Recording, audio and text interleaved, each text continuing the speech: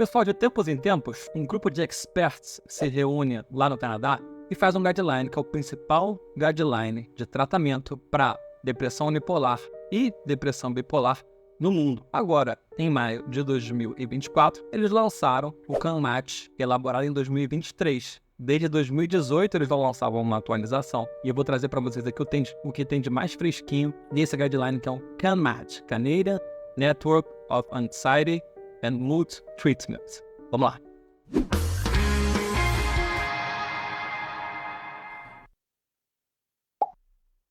Então eles abrem aqui o CANMAT, falando um pouco da gravidade da doença, trazendo dados de epidemiologia, né? Então o transtorno bipolar afeta 2% da população mundial, é uma cifra relativamente alta. Tem um início de idade aí em torno dos 25 anos, às vezes um pouco mais cedo, e é caracterizado, como vocês bem sabem, por o transtorno bipolar tipo 1, episódios de mania associados ou não a episódios de depressão. E o transtorno bipolar tipo 2, episódios de hipomania associados a episódios depressivos moderados ou graves. Então, a gente tem vídeo aqui sobre o que é mania, sobre o que é hipomania, não vai ficar repetitivo. Aqui a gente está falando sobre o guideline de tratamento. E aí, então, ele passa para um momento onde ele vai discutir sobre a dificuldade de se diagnosticar o transtorno bipolar, principalmente naqueles casos, que são a maioria, onde você começa com um episódio de depressão unipolar. Porque no primeiro episódio de depressão, se você não tem uma história de mania ou hipomania, você, em princípio, está diante de uma depressão unipolar. E nesses casos, muitas vezes o tratamento vai ser erroneamente feito como tratamento de depressão unipolar.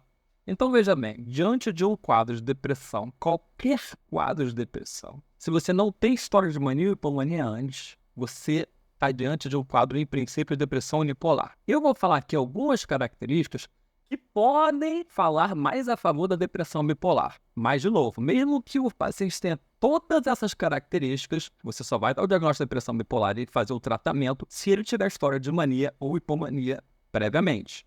Tá? Agora, o que poderia, o que num quadro depressivo pode chamar a atenção, nos deve maldar, que há uma possibilidade aí de ser uma depressão bipolar. Então, primeira coisa, o início precoce, o início antes dos 25 anos. A gente sabe que a depressão major, em geral, começa lá em torno dos 40. A pessoa que tem múltiplos episódios, no transtorno bipolar é mais comum o início abrupto da depressão e até um término abrupto com outros ciclos, né, frequentes de depressão. Então, diferente do que a gente vê na depressão major, porque são aqueles períodos mais longos, mais arrastados, né? Então, múltiplos episódios. Aí uma coisa que eu acho aqui que realmente é muito importante é a história familiar de transtorno bipolar. A gente sabe que o transtorno bipolar tem uma genética muito forte. Então, você tem que sempre perguntar. Então, um paciente depressivo com a história familiar de transtorno bipolar, é muito possível que seja uma depressão bipolar. Não necessariamente, porque há uma herdabilidade cruzada também. Você pode ter um pai bipolar com um filho com uma depressão unipolar, pode. Mas aqui você já tem que maldar que há a possibilidade de ser transtorno bipolar. Sintomas psicóticos. Sintoma psicótico, gente, pode ser uma depressão psicótica grave, que antigamente chamava de melancolia, pode ser. Mas é muito possível que seja um transtorno bipolar também. Então vamos lembrar que num quadro depressivo, muitas vezes o abatimento do humor causa uma distorção na razão. Aí a pessoa pode alucinar, escutando, você se mata logo, você é infeliz, você não vale nada. Ou então pode distorcer o juízo. A pessoa achar que vai esmolar na rua, que vai falir, que está com uma doença grave, que vai ser perseguido, que não tem saída para ele. Então, normalmente é congruente com o humor. Normalmente, o sintoma psicótico é uma depressão. E aí, você também tem que pensar em transtorno bipolar nesses casos. A agitação psicomotora também, a gente sabe que na maior parte das vezes a depressão unipolar, ela causa lá uma lentificação dos processos psicosmotores, a pessoa fica mais lenta, às vezes fica até catatônica, e a gente também tem um outro subtipo de depressão, que é a depressão agitada, onde a pessoa anda para lá e para cá, fica nervosa. Nesses casos, você tem uma possibilidade maior também de ser transtorno bipolar, mas não se esqueçam que não necessariamente. Na depressão atípica, né? Como é que é o tipo da depressão? É inapetência, né? E insônia, principalmente insônia terminal. Na depressão atípica, a gente, como o próprio nome diz, é diferente do típico. Então, na atípica, você tem hiperfagia, começa a comer bem mais, aumenta o apetite. Hipersonolência, caracterizada por mais do que 10 horas de sono ou 2 horas a mais do que você costuma dormir. Eu sempre dormi 6 horas na vida, agora estou dormindo 8. Então, isso é hipersonolência, porque há 2 horas a mais do que o habitual seu. Então, e aquela coisa chamada paralisia em cano de chumbo, né? Com sensação de peso nos membros, sensação de dor também, né? Mais dor do que o normal. tudo isso pode falar mais a favor de depressão bipolar. E uma coisa aqui que eu acho que eu levo muito em consideração, eu, Eric, na minha prática clínica, está escrito aqui, né? Mas que na prática clínica a gente vê muito também, é a depressão pós-parto. Muito cuidado com a depressão pós-parto. Muitas vezes o transtorno bipolar abre como uma depressão pós-parto. Ele vem com uma questão aqui agora, que é o superdiagnóstico. Ele fala, olha, às vezes é difícil, você deixa ele passar e você não percebe, e às vezes você vê um outro transtorno e você acha que é transtorno bipolar, sendo que não é. Eu vejo muito isso na prática, eu recebo muito pacientes com um diagnóstico, eu tenho transtorno bipolar, e quando chega lá é o quê? Uma personalidade borderline. A gente sabe muito bem, a gente conhece o transtorno da personalidade borderline, tem muitas dessas coisas que a gente falou aqui agora, pô. A depressão muitas vezes é um caráter atípico, é um transtorno que surge muito cedo, né? Uma personalidade que se forma, né? E existe também os episódios múltiplos de depressão. Então, muitas vezes se confunde personalidade borderline. Percebo muito, tá? Eu sou bipolar. Como tu vai ver, era só uma paciente borderline. Por que só? Porque borderline é uma personalidade que você consegue resolver. É diferente de uma doença que você vai ter que tratar a vida inteira com um remédio. Eu acho que o diagnóstico que eu mais vejo confuso é o TDAH. Porque o TDAH tem impulsividade, o TDAH tem desregulação do humor, o TDAH tem hiperfoco. Então, eu recebo muito paciente com TDAH diagnosticado falsamente como o transtorno borderline. O TDAH se empolga muito com uma coisa, depois ele já não quer mais. O TDAH, igualzinho ao transtorno bipolar, ele começa e larga muitas coisas. Então, é outra entidade que eu vejo muito que as pessoas fazem muita confusão com o transtorno bipolar. E o uso de substância, o uso de drogas. Você sabe que muitas drogas fazem uma síndrome maníaca perfeita, como as anfetaminas, a Ritalina, o Venvance, a cocaína. Você sabe que as drogas estimulantes fazem episódios maníacos e hipomaníacos. E também temos drogas depressivas, a abstinência de drogas, que também fazem sintomas depressivos. Então, muitas vezes, isso é confundido com o transtorno bipolar. E aí, após algumas considerações, mas ele começa a elaborar o tratamento de cada fase. Ora, a gente sabe que o transtorno bipolar é composto por 3 fases.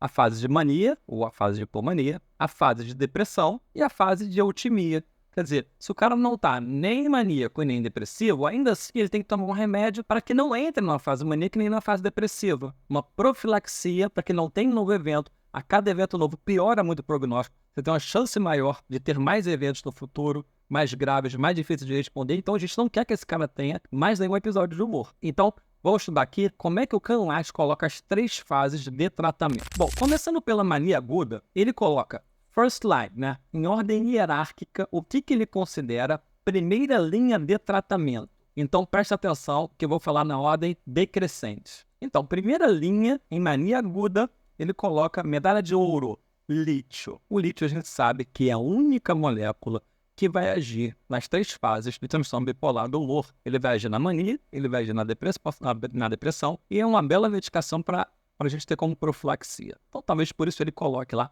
Sabemos que é uma molécula muito tóxica, com muitos efeitos colaterais, sobretudo em relação ao rim e à tireoide. Então, a gente, em algumas populações, a gente evita de fazer, né? Paciente diabético, hipertenso, que já tem uma chance maior de ter lesão de rim, o paciente idoso, que tem a função renal mais prejudicada.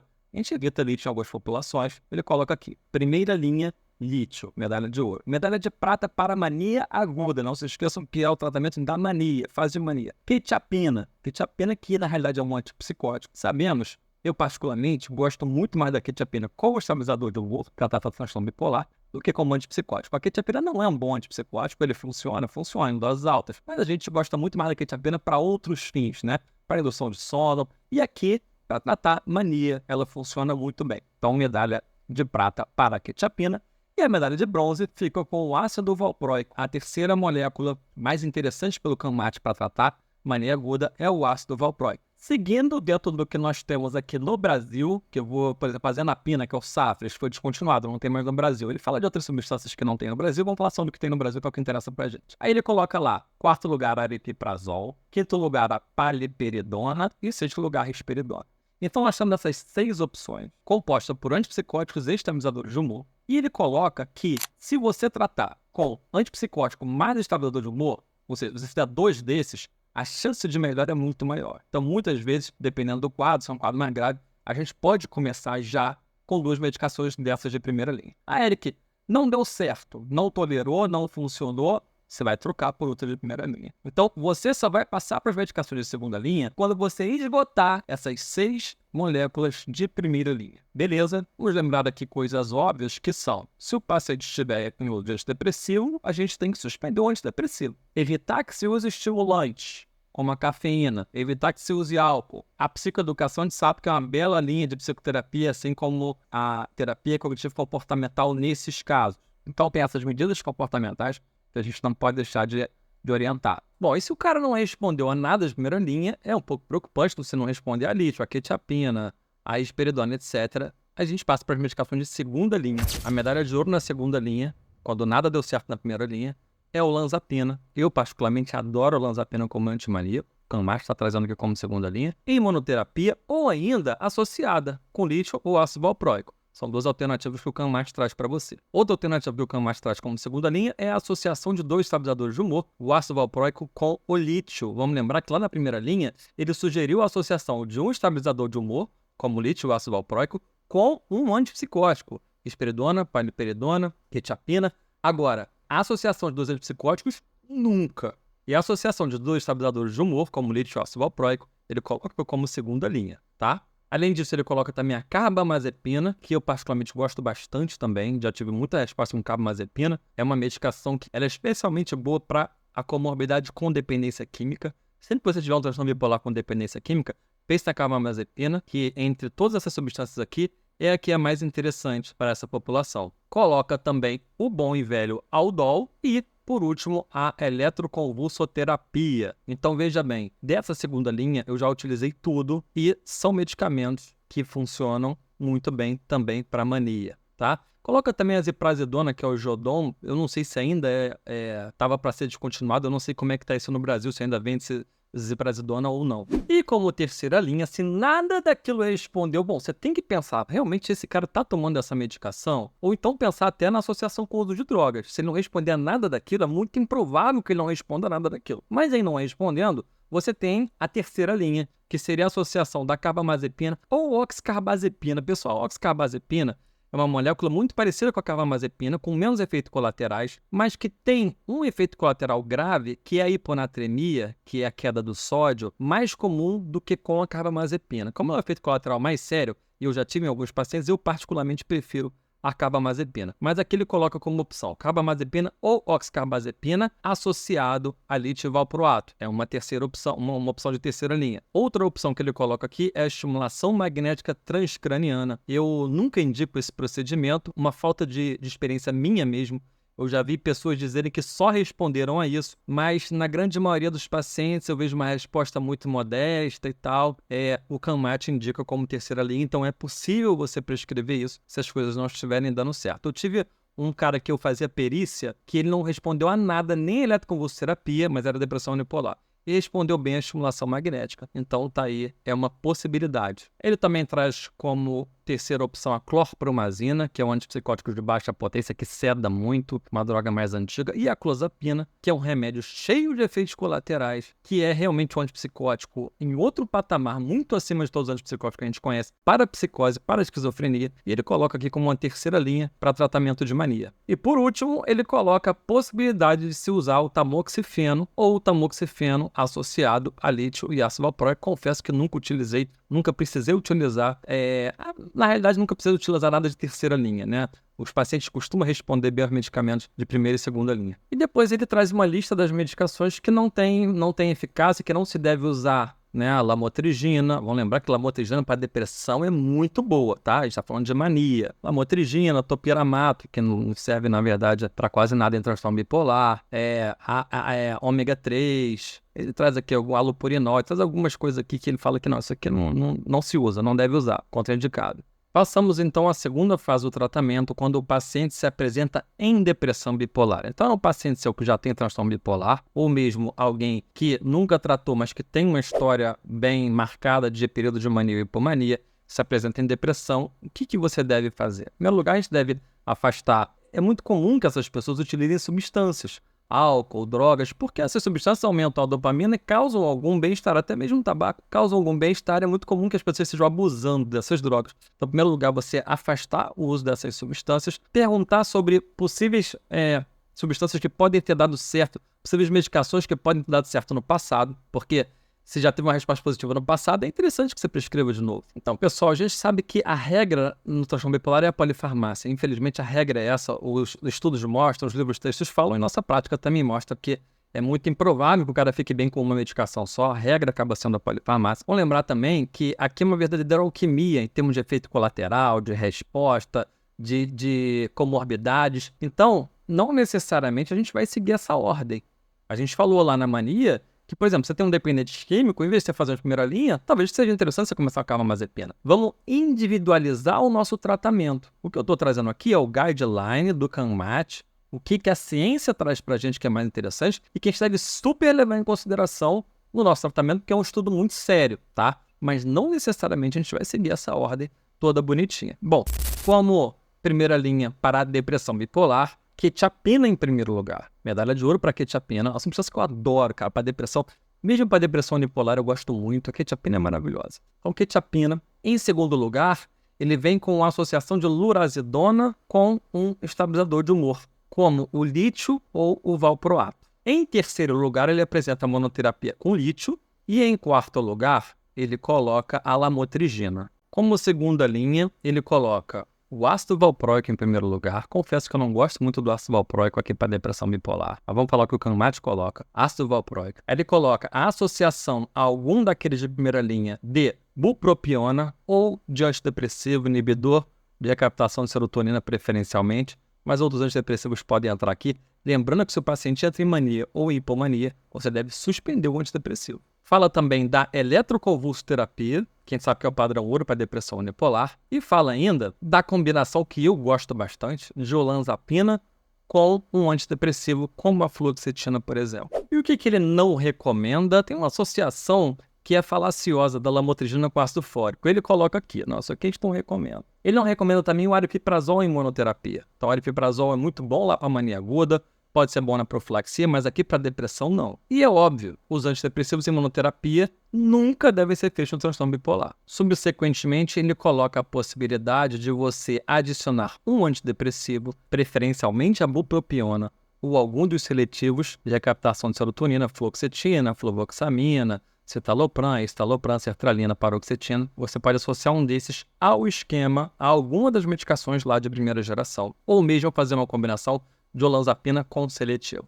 Vamos lembrar que pacientes em estado misto e com ciclagem rápida, a gente deve evitar o uso de antidepressivos. E assim que o paciente melhorar, sair da depressão, a gente deve sacar esse antidepressivo fora. E aí, veja bem, pessoal, agora a gente entra nas medicações de terceira linha, são medicações com muito menos eficácia, tá? Então, sempre prezar pelas medicações de primeira e segunda linha. Eu só uso praticamente os de primeira linha. Aqui de terceira linha tem uma coisa ou outra que eu acho interessante. Quer ver uma delas? O hormônio tiroidiano. Os estudos falam sobre a triodotironina. Algumas pessoas usam a levotiroxina. Os endócrinos não gostam que a gente passe triodotironina, porque tem que ser manipulado e existe uma questão com farmácia manipulação e tal. Ficam receosos se a dose vai ser certa e tal. Pelo que eu conversei com endócrinos, esse é o receio deles.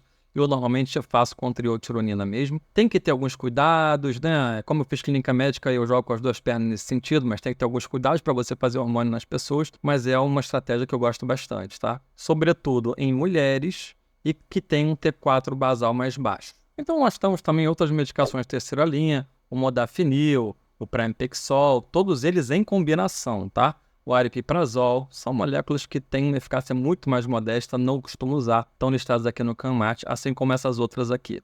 Só ir para a terceira fase, a fase de manutenção. Em geral, o que a gente recomenda, o CANMAT recomenda, é que as substâncias que deram certo, as drogas que deram certo para depressão aguda ou para mania aguda, sejam mantidas, com exceção dos antidepressivos, que a gente sabe que antidepressivo, assim que for possível, a gente deve tirar, principalmente se o cara estiver entrando em hipomania ou em mania. Como segunda linha, e também pode ser bem interessante, ele coloca em primeiro lugar a olanzapina, ele coloca também a risperidona e a carbamazepina, em monoterapia ou em associação. Gosto muito da olanzapina para transtorno bipolar. Então coloca aqui como segunda linha, e aí ele apresenta aqui outras associações, né? Como, por exemplo, a lurazidona com lítio. E aí, pessoal, ele passa para o tratamento do transtorno bipolar do tipo 2, ou seja, aqueles que não fazem mania, fazem apenas hipomania, com episódios de depressão. Ele coloca o óbvio, né? É muito menos estudado, tem muito menos evidência científica, o diagnóstico é muito mais difícil, Então tem muito menos recomendações a serem feitas. Bom, pessoal, então como tem pouca evidência, para a hipomania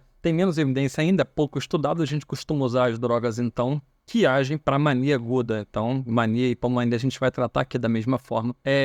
Para depressão bipolar do tipo 2, depressão do paciente que nunca fez mania. A gente tem como primeira linha para depressão bipolar tipo 2 a quetiapina. E como primeira linha, só quetiapina em monoterapia. Como segunda linha, a gente tem, primeiramente, o lítio, numa faixa terapêutica aí, que é aquela mesma faixa que a gente usa em mania, 0,8 e 1,2, tem que ter essa faixa terapêutica. A gente tem ainda os antidepressivos. Se o paciente não tem sintomas maníacos, né, a gente sabe que muitas vezes o transtorno bipolar não vem de uma forma pura. A depressão pode ter alguns sintomas maníacos, em até 70% dos casos. Então, para as formas puras de depressão, ele coloca que você pode usar venlafaxina ou sertralina. E coloca também a lamotrigina e a eletroconvulsoterapia. Outra possibilidade é a associação da bupropiona. Eu gosto muito porque a bupropiona é inibidor de recaptação de nora e dopa, então costuma trazer mais disposição, mais vontade, né? Tirar o cara daquela anedonia. E é o antidepressivo menos implicado em virada maníaca. Então, gosto da ideia de associar a bupropiona ao tratamento. Então, veja, como tratamento de manutenção para o transtorno bipolar tipo 2, a gente tem lítio, lamotrigina e quetiapina. Primeira escolha. E uma outra opção, como segunda escolha, é a venlafaxina, hein? Venlafaxina, e ele coloca aqui no rodapé, a fluoxetina também é possível. E a gente sabe que é muito importante evitar que esse paciente tenha um novo quadro depressivo. Então, a gente precisa manter aí com uma dessas medicações, preferencialmente de primeira linha, o tratamento.